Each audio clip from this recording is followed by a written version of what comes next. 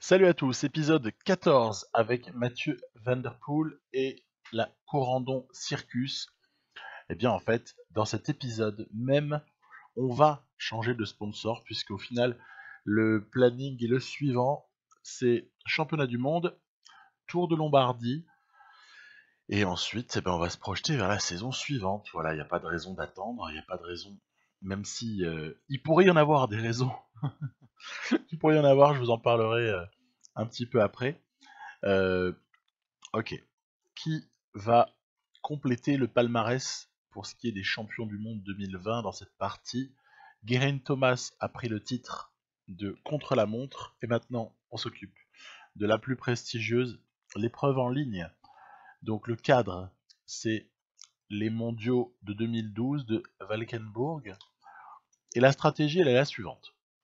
J'ai construit une équipe autour de Mathieu Van Der Poel pour essayer d'avoir au sein de cette équipe quelques mecs un peu plus puncher, du type de Mirel et Van der Leek, par exemple. Et ce que j'ai fait, alors qu'on voit là les forces en présence, on voit que y a toujours plus ou moins les concurrents qu'on peut imaginer, hein, à la Philippe, Greg Van Avermaet, Kwiatkowski, il y a toujours voilà, des gens. Et puis, il faut aussi dire qu'il y a un certain nombre de sprinters. Donc, je m'interroge.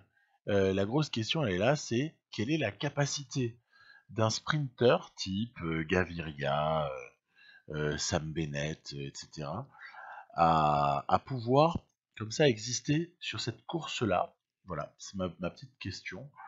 Donc, Lars Boom, c'est le capitaine de route. Ok. On a Terpstra et Dylan Van Baarle qui sont en dernier lieu chargés de faire le boulot dans le final, si tout va bien. On a Langeveld qui est chargé là aussi d'encadrer aussi autre capitaine de route. J'ai pris des mecs, certains mecs assez expérimentés, hein. C'est euh, c'est volontaire parce que un coureur cycliste, bien souvent, il va avoir certaines qualités quand il est jeune, mais il va aussi en développer d'autres quand il vieillit, et notamment, il y a un truc qu'on perd pas quand on vieillit, c'est l'endurance et aussi la résistance. Et en fait, sur ce type de parcours-là, ce qui m'intéresse, c'est d'avoir des équipiers qui sont présents à la fin. C'est pas évident non plus, hein, parce que vous avez des types, je sais pas, par exemple, Sam Omen. On aurait pu être tenté quand on voit qu'on emprunte un certain nombre de fois, une dizaine de fois, l'ancien parcours de l'Amstel à l'époque, une Amstel qui à l'époque, donc avant, 2000, avant 2016, hein, qui était systématiquement, ou en tout cas souvent remportée par des punchers. Demandez à Philippe Gilbert. Philippe Gilbert, il en gagne 3 sur l'ancien parcours, il en gagne une sur le nouveau. Il est capable de gagner les deux, mais il se trouve que Philippe Gilbert, il s'est un peu transformé aussi au fil du temps. Il y a eu un développement qui a été fait. Preuve en est, début de carrière, 2 tours de Lombardie, Liège, et fin de carrière, Flèche aussi, Amstel, et fin de carrière, Tour de Flandre en 2017 et Paris-Roubaix en 2019. Donc il ne faut pas mésestimer cette transformation-là. Il est l'archétype du coureur qui a évolué avec le temps, qui était plus puncher au départ et qui est devenu plus flandrien au final, hein. Donc, euh, allez, on est dans le final. Il y a un énorme boulot là de Terpstra qui commencerait presque à s'épuiser dans pas longtemps. Je pense que ce sera à Dylan Van Baarle d'arriver à faire le boulot pour peut-être permettre à Terpstra de souffler un peu dans la roue de Van Der Poel. C'est mon projet. On voit qu'il y a eu un bon tri, hein, qui a été fait. Il y a encore des Belges un peu. Du côté italien, du côté, par exemple, on aperçoit Alexander Christophe. Il y a des nations qui sont représentées uniquement par leur leader à ce stade-là, hein. On a par exemple la France qui n'est qu'avec Arnaud Démarre, hein. C'est assez choquant. Moi, je suis choqué de voir qu'il n'y a pas Julien Alaphilippe dans ce final. pour moi, c'est du délire. C'est du délire total. Ça prouve juste une chose, encore une fois. On aperçoit Kwiatkowski, hein, par contre, et son maillot de la Pologne. Euh, Ça prouve une chose, c'est encore une fois, plus la fin de saison approche dans Pro Cycling Manager, et moins l'IA prépare bien son coup, hein. Et nous, bah, évidemment, on a préparé notre coup. Alors, c'est parti. Accélération de Terpstra, puisqu'il y a eu énorme travail de Van Baarle avant. Et je vous avais dit, hein, que je reposais Terpstra dans la roue pendant le long relais de Van Baarle pour permettre à Mathieu Van Der Poel de terminer sur le plat en solitaire après un petit coup d'accélération dans la toute fin du Cauberg. Et derrière, c'est Demar, Bennett, Gaviria, Viviani. Excusez du peu. C'était donc, on a la réponse à la question que j'avais posée tout à l'heure. Parce que je me la posais sincèrement, en fait, avant ce championnat du monde, je me disais plutôt pour puncher ou plutôt pour sprinter. Bah, le jeu a répondu. Le jeu a répondu puisqu'il envoie, je dirais quasiment 5 sprinters aux 5 premières places. Alors, Van Der Poel est peut-être davantage puncher que sprinter, mais il a quand même 79 ou je sais plus combien. C'est quand même pas mal. Donc, allez, maintenant, on va viser le Tour de Lombardie. Du coup, je vais le dispenser de Milano-Torino. On l'enlève, voilà, et on va aller sur cette course que j'apprécie énormément. Milano-Torino, même si c'est un peu simpliste au final, hein. Il y a un long plat. Et puis après, il y a 2 fois la même difficulté avec toute petite variante sur sur le deuxième passage. Elle est intéressante. Elle est intéressante, puis elle a une histoire aussi. Elle a du sens au niveau du cyclisme. Une autre qui a du sens, c'est Paris-Tours, que je ne vais pas jouer parce que je n'ai pas exactement le matériel qu'il faudrait pour y aller et que je me refuse, vous savez, quand il y a comme ça une course Tour de Lombardie et le lendemain il y a Paris-Tours, bah, moi je me refuse à faire ce que le jeu pourrait permettre, hein, à savoir aligner Van Der Poel sur les deux. C'est du délire. Sortez d'un Tour de Lombardie, vous n'allez pas à Paris-Tour le lendemain, hein, c'est comme ça. S'il y avait 4-5 jours d'intervalle, allez, pourquoi pas, on le ferait, mais donc on n'ira pas sur Paris-Tour. Pourtant c'est une course que j'estime et qui me tient à cœur. Vous savez qu'en général en fin de saison j'ai l'habitude de jouer Milano-Torino et Paris-Tour, qui sont pas des courses World Tour mais que j'aime beaucoup. Allez, on est sur le tout final là. Tony Galopin a réussi, hein, à rester avec les cadors. Il y a Bob Jungels, il y a Mollema, il y a Miguel Angel Lopez et il y a surtout Jacob Fuglsang. Voilà, fait bien plaisir. On aperçoit aussi Adam Yates. Ça fait bien plaisir cette victoire de Jacob Fuglsang. Ah, ça me rappelle la partie avec Astana. Donc plutôt agréable. 4ème place pour Galopin, c'est pas dégueulasse. C'est pas dégueulasse. On n'est pas franchement mécontent de ça. Et on se dirige tout doucettement vers le Tour de Lombardie. Tour de Lombardie, alors là pour lequel il y a par contre plein d'interrogations. La première de toutes, c'est comment va faire Mathieu Van Der Poel pour résister et rester dans le groupe de favoris, le premier groupe, à l'issue d'Il Muro di Sormano, comme disent les Italiens, ce fameux mur final de Sormano. Ce mur, par exemple, qui n'était pas présent lors de mon épisode 7 avec Astana, très récemment, où on a terminé l'épisode, pour ainsi dire, par l'étape 15 du Giro 2019. Voilà. Donc on sait que cette étape 15 du Giro, elle empruntait les routes, des routes en tout cas du Tour de Lombardie. Il y avait aussi pas San Fermo della Battaglia, qui par contre là est bel et bien présent. On est sur le Tour de Lombardie, en difficulté finale, après le Civiglio. Donc on a vraiment cette question, savoir comment est-ce qu'on va résister. Déjà il y a une première réponse, c'est que pour Van Der Poel, on ne sait pas, mais par contre pour les équipiers, ça se passe mal. Ça se passe à ce point mal que les seuls qui sont dignes un petit peu de pouvoir encore un peu faire quelque chose, c'est évidemment Tony Galopin, d'accord.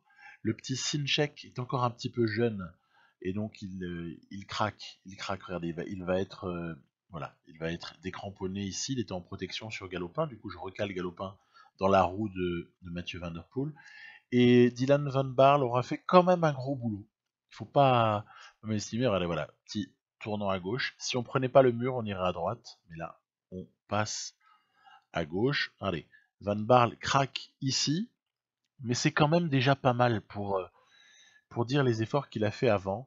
Je suis assez satisfait encore une fois. De toute façon, Dylan Van Baarle, il est irréprochable.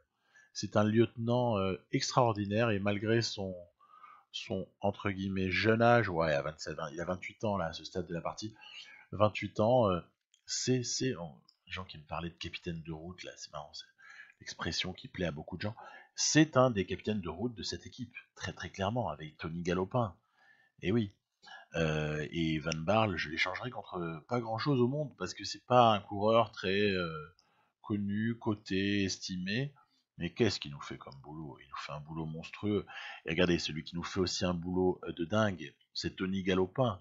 À tel point que on est sorti de Sormano indemne, totalement indemne, le Mathieu Van Der Poel, avec son 71 en montagne.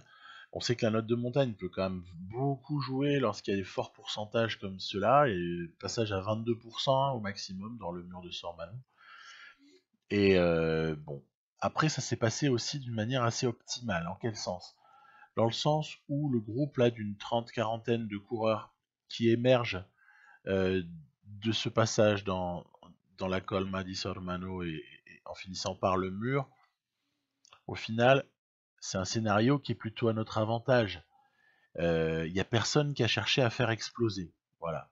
Parce que s'il y avait eu une volonté d'explosion, moi je l'ai déjà fait, hein, de tenter de faire exploser dans le mur de Sormano, à ce moment-là, on sort à 4 ou 5. Hein.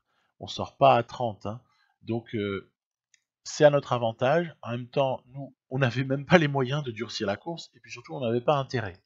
Il y avait peut-être d'autres équipes qui avaient intérêt, mais en tout cas, elles ne l'ont pas fait, ou elles n'ont pas été en mesure de le faire. Du coup, on attaque le Civilio frais comme un gardon, à l'affût de toute tentative d'attaque des uns ou des autres. Eh bien oui, il faut se méfier, hein, il faut se méfier, parce que Kwiatkowski à la Philippe, on aperçoit aussi le maillot de champion d'Italie de Davide Formolo, on aperçoit peut-être aussi un Dan Martin, on aperçoit un Jakob Fuglsang, on aperçoit pas mal de gens hein, qui sont. Il y avait Alexei Lutsenko qui a fait aussi un gros job. Et on va assister là à une attaque de Julien Alaphilippe avec un Dan Martin qui est dans la roue, un Michał Kwiatkowski qui craque, qui n'est pas en mesure, à droite on le voit, qui n'est pas en mesure de s'accrocher, là où par contre Mathieu Van Der Poel et Tony Galopin sont présents. Tony Galopin exceptionnel, il faut quand même le dire.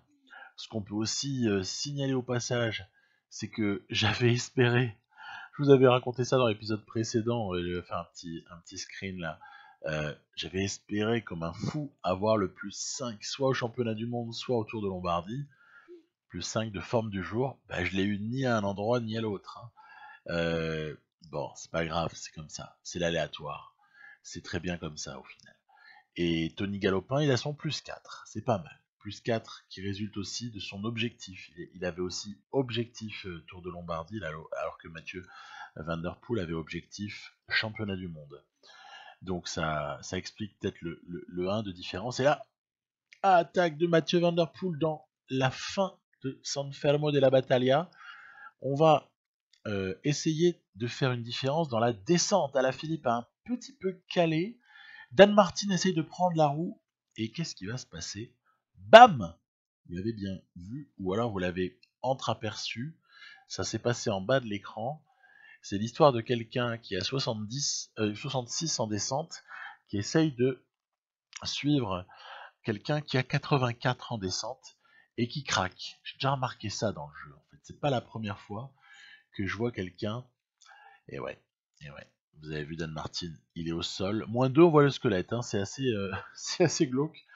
Et, mais surtout, qu'est-ce qui s'est passé? Très probablement, ça va mériter un retour, on va le faire juste après. Pourquoi est-ce que, si Dan Martin est tombé, au moins est-ce qu'on n'a pas eu Alaphilippe dans les pattes? On peut se la poser la question. On va avoir la réponse juste après. Donc regardez, Adam Yates, Bauk Molema, au final Michał Kwiatkowski qui vient chercher une jolie place. Ok. Et donc voilà, l'éclaircissement que et les petites leçons, petits bilans qu'on peut tirer de ce Tour de Lombardie, donc remporté par Mathieu Van Der Poel. Je dirais, ouais, il y a pas mal de choses, je vous les ai affichées. Qu'est-ce qu'il arrive à Alaphilippe globalement? Qu'est-ce qui lui arrive? Comment est-ce que ce coureur, qui était à peu près injouable sur Pro Cycling Manager 2018, peut s'avérer quasi inoffensif pour Van Der Poel à ce point-là, quoi, hein, parce que on l'a battu 2 fois sur la Flèche Wallonne, on l'a battu aussi à Liège. Normalement, sur Tour de Lombardie, il a l'avantage sur Mathieu Van Der Poel, et au final, non. Au final, il chute. Vous allez me dire, peut-être qu'il aurait gagné le sprint. Je ne pense pas, parce que à partir du moment où on se serait retrouvé à 2, j'avais la possibilité de prendre la roue d'Alaphilippe, et après en sprint pur, notre ami Mathieu, il est plus rapide, même si l'autre a plus d'accélération. Donc ça restera what if, on saura jamais ce qui se serait passé, ou peut-être l'an prochain. En tout cas, c'était la 32e victoire en World Tour pour Mathieu Van Der Poel. J'ai jamais fait ça, c'est le record. C'est mon record perso, 32 en World Tour la même année. C'est pas si mal. C'est pas si mal, il y en a 6 au Tour de France au passage. Il y en a dans à peu près toutes les courses par étape auxquelles il a participé. Il y en a une ou deux à chaque fois au minimum.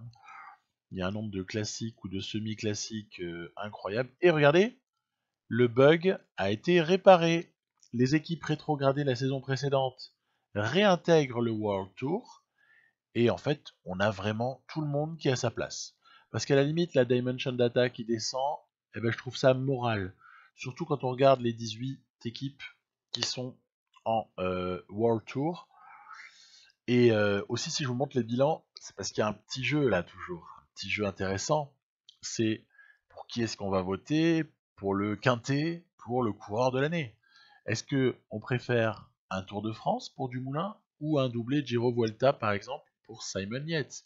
Est-ce qu'on valorise plus un Mathieu Van Der Poel qui a glané tout ce qu'on sait, ou est-ce qu'on va valoriser un Dumoulin ou un Simon Yates précisément puisqu'ils ont gagné sur Grand Tour?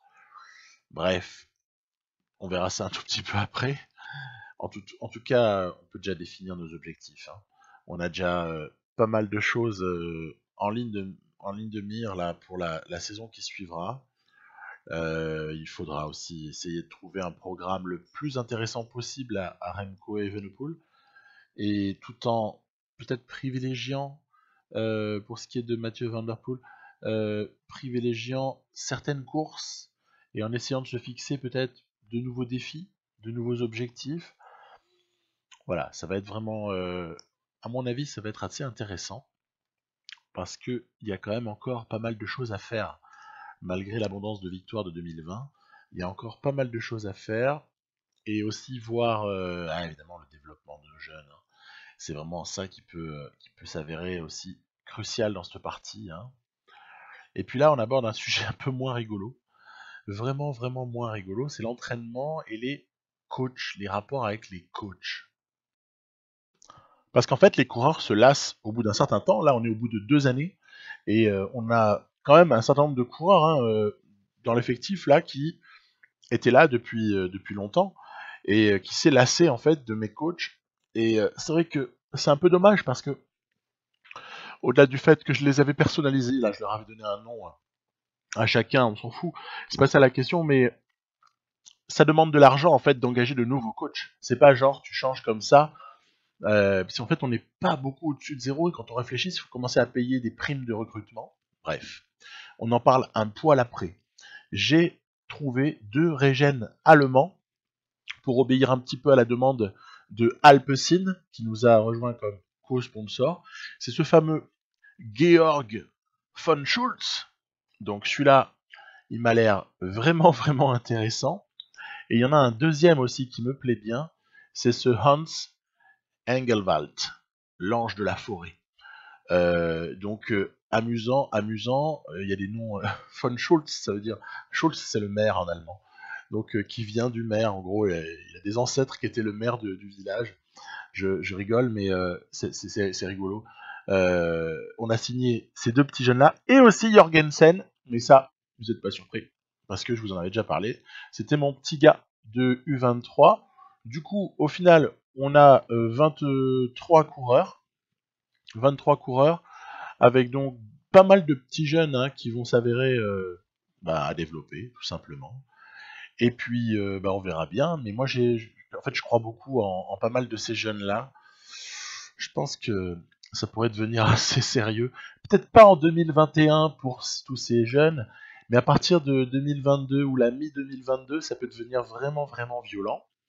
Alors, on passe au fameux vote dont je vous parlais tout à l'heure. Allez, pour moi, quand même, il est coureur de l'année, Van Der Poel. Par contre, juste derrière, pour moi, il y a Dumoulin et Simon Yates. En fait, les trois se dégagent très nettement. Par contre, pour le reste, il faut un peu réfléchir. J'ai regardé, j'ai comparé les palmarès, etc.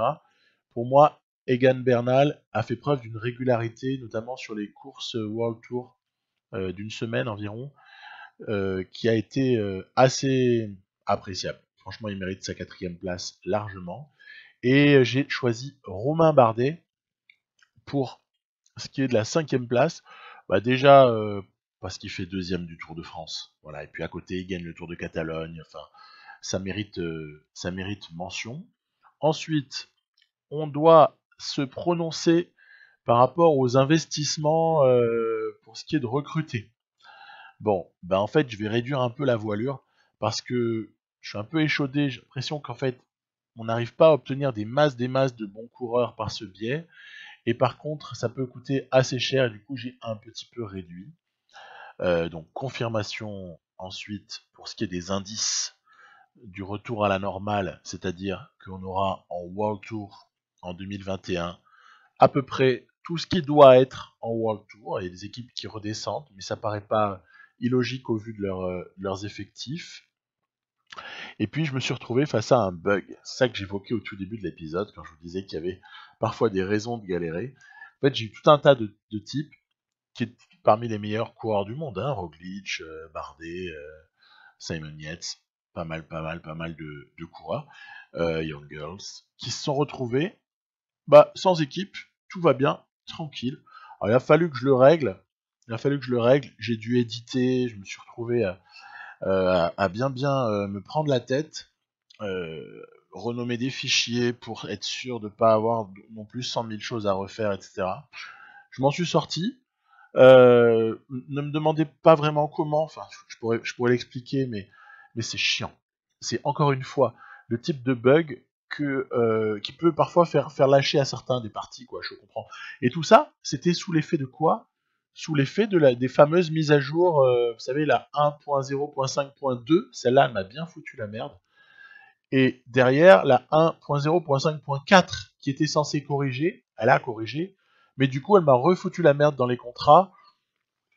Bref, no comment, on passe à la suite, puisque ce n'est plus qu'un lointain souvenir. Vous voyez, j'ai recruté un très bon entraîneur suédois à la pointe, et puis pour le reste, je garde mes entraîneurs parce que j'ai pas envie de devoir débourser plein de primes.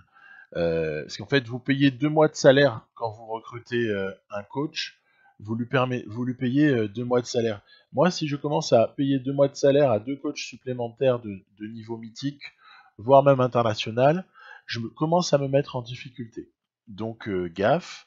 Vous avez vu, il y a un jeune Hollandais quand même là dans notre équipe de développement qui s'annonce, mon Dieu, qu'est-ce qui s'annonce sympathique celui-là. Ah, j'en demande pas plus, à la limite que un par an. Un parmi 10 qui deviennent vraiment, en tout cas qui ont vraiment l'air d'avoir le potentiel pour devenir de très très bons coureurs, c'est génial.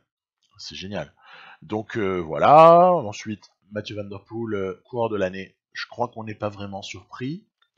Par contre, l'IA, c'est marrant, a voté massivement pour le doublé Giro Vuelta plutôt que le vainqueur du Tour de France, ma foi. Ça se, ça se discute. On peut avoir tous les avis possibles et on se retrouve enfin au 1er janvier. 1er janvier veut dire prendre des décisions et planifier sa saison. Parce qu'en fait, après, on va définir un niveau de préparation qui va aller au 2 janvier et à partir duquel on pourra tout faire. Mais en fait, il faut déjà décider, il faut avoir une idée en tout cas assez précise, en tout cas c'est pas mal, déjà le 1er janvier.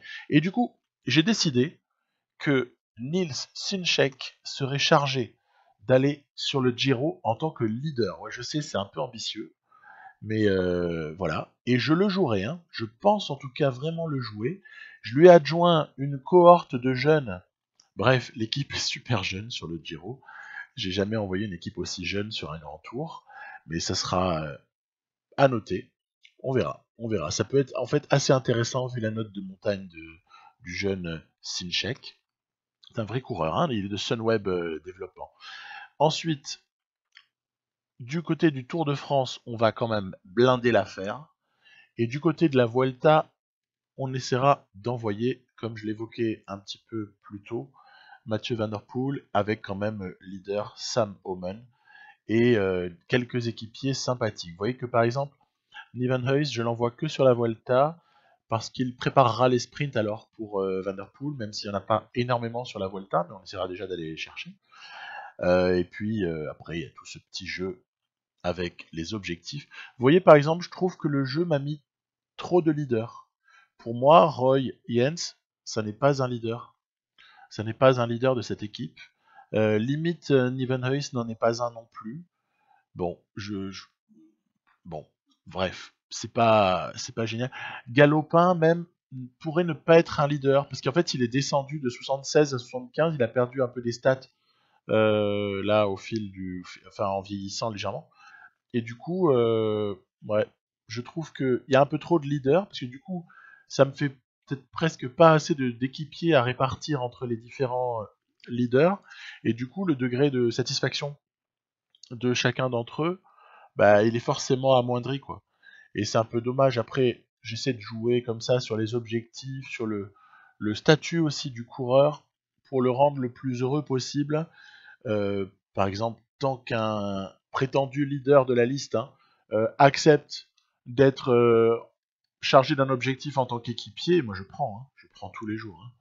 Je prends tous les jours parce que ça satisfait le vrai leader qui a été attribué éventuellement sur cette course. On peut penser par exemple au Tour de France, où le degré de satisfaction de Van Der Poel, qui sera un des deux leaders avec Sam Oomen, bien évidemment, le degré de satisfaction chute en fait vertigineusement si vous rajoutez des gens qui ont le même objectif. C'est réaliste. C'est réaliste. Sauf que, en fait, le mec devrait être content parce qu'on lui renforce l'équipe. Et voilà. Bref. Après, je magouille un peu là sur la première période pour mettre quelques objectifs un peu dissociés à certains. En fait, l'idée, c'est que ceux qui vont faire le Giro, j'ai envie de leur avancer leur pic. Le premier pic, je veux l'avancer au maximum pour pas qu'ils viennent empiéter sur la fabrication du deuxième pic de forme. J'ai envie d'avoir, quitte à avoir une équipe très faible sur le Giro, j'ai envie d'avoir quand même une équipe très bien préparée. Voilà. Parce que en fait, s'ils sont un petit peu faibles avec un leader, c'est un point d'interrogation, hein, c'est une check à ce stade-là. Hein. Surtout par exemple par rapport aux notes physiques, on sait que ça a une grande influence sur le jeu. Donc si j'ai une équipe faible, mais qu'en plus les mecs sont pas préparés, c'est nul. C'est nul, complètement nul. Il vaut mieux au moins essayer de blinder notre préparation et ensuite, bah, éventuellement tenter notre coup sur le Giro. L'objectif il sera modeste hein, sur le Giro, c'est une victoire d'étape. Voilà. Le sponsor il veut une victoire d'étape sur le Giro. Par contre, il veut du top 5 Tour de France et du top 5 Vuelta. C'est pour ça que j'ai blindé les choses de cette manière-là. J'ai bien aimé la manière dont l'IA m'a simulé les objectifs sponsors. Je trouve que c'était pas du tout aberrant. Au contraire, c'était plutôt intéressant. Du coup, j'essaie de suivre ça. Il y a aussi du top 5 Tirreno, du top 5 Paris-Nice. Il faut qu'on soit un peu présent en tout début de saison parce que il y a aussi une petite performance demandée du côté de Omloop et des Strade Bianche. Donc au final, ça fait comme ça des petits objectifs assez important. Je crois que l'objectif majeur pour le sponsor sur 2021, le plus important, c'est, outre top 5 Tour de France, ça va être Liège, Bastogne-Liège, il veut la victoire, donc il va falloir qu'on essaie d'aller s'imposer à Liège comme l'année qui avait précédé. Et puis là, ce que je vous propose, c'est tout simplement la mise en place de la saison, du planning de Mathieu Van Der Poel, donc avec participation à tout ce qu'on peut plus ou moins imaginer. Comme je vais l'aligner sur les Strade Bianche, et évidemment il va sur Tirreno. Hein. Si je l'avais pas mis sur les Strade Bianche, j'aurais peut-être mis sur Paris-Nice, mais là c'était pas envisageable. J'en profite pour le dire, mais à ce moment-là, il faudra être assez réactif, me le dire vite, parce que comme ça, je peux moi avancer, etc. Je suis pas freiné. S'il y a un Paris-Nice qui vous fait envie, ou un Tirreno qui vous fait envie, ou les deux, exprimez-vous, dites-le très largement. Pour les grands tours, j'ai déjà fait mes choix. Vous avez vu, par exemple, l'IA, elle simule quand on demande une préparation élevée, en fait, on est entre 80 et 89, ou je sais plus, entre 80 et 90, un des deux. Ben en fait, là, on était en bas de la fourchette avec Van der Poel.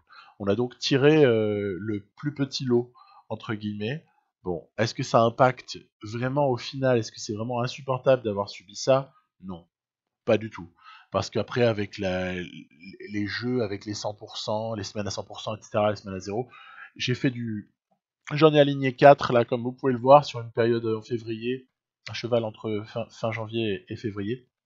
Donc on va s'en sortir sans problème pour aller à 100% au moment où il faudra, c'est-à-dire à Paris-Roubaix. Après, j'ai fait des petits calculs de simulation de pic pour essayer de savoir quand est-ce qu'il allait tomber. Et au final, on va se retrouver avec un gros stock de points le matin de Gand-Wevelgem, mais quand même pas le pic. Bon, quelque part, si je l'ai pas pour Gand-Wevelgem, parce que j'ai pas envie trop de lui rajouter des courses en fait. Surtout, j'ai pas vraiment la possibilité d'en rajouter à des moments qui m'arrangent. Je veux pas rater Homeloop, donc je peux pas l'envoyer sur UAE, et en plus c'est une semaine de repos plus ou moins, bref. Il y a des contraintes qui font qu'au final, c'est pas évident de faire autrement que ça, et de ce fait, autant le retarder légèrement et ne pas aller à travers la Flandre. Hein. Très clairement, on peut s'en passer, il l'a déjà gagné. On a des coureurs qui du coup pourraient éventuellement s'y faire plaisir. Ok. Ensuite, on va parler de Remco Evenepoel. Remco Evenepoel, c'est un projet en fait à moyen et surtout à long terme en fait. Parce que moi, ce que j'espère vraiment, c'est le faire progresser en montagne pour qu'il puisse un jour prétendre à remporter un grand tour, voire même plusieurs. De toute façon, s'il est capable d'en remporter un, il sera capable d'en remporter plusieurs. Hein. À partir de là, cette année, évidemment, on n'a pas l'ambition d'en gagner un. Hein. J'ai fixé un premier objectif à Tirreno, sachant que j'aimerais bien que ce soit lui qui aille chercher le top 5. On verra si c'est faisable ou s'il faut compter sur quelqu'un d'autre. Sam Omen, lui, ira sur Paris-Nice. Hein. Donc, Evenepoel pour Tirreno. Evenepoel sur le Tour de France. Voilà, c'est plus en baroudeur, en petit électron comme ça, pour un petit peu se faire la main pour un premier Tour de France. Derrière, il ira faire une petite saison de classique qui sera normalement achevée du côté du Tour de Lombardie. Alors, je vais me dire, tu es fou, tu veux gagner le Tour de Lombardie avec Remco? Je ne veux rien. J'ai juste dit que c'est une saison pendant laquelle on va le former. On va voir un petit peu de quelle manière est-ce que la note en montagne peut augmenter. Les notes physiques, elles sont déjà pas mal, mais si ça peut augmenter, on va pas cracher dessus. Donc on verra bien. Hein. C'est vraiment gros projet développement. Décidément, l'équipe est finalement, à part Mathieu Van Der Poel, c'est un vaste projet de développement l'ensemble de cette équipe. C'est ça qui est intéressant, peut-être aussi à part Van Barle ou Galopin. Bon, voilà. Donc vous avez les objectifs sous les yeux.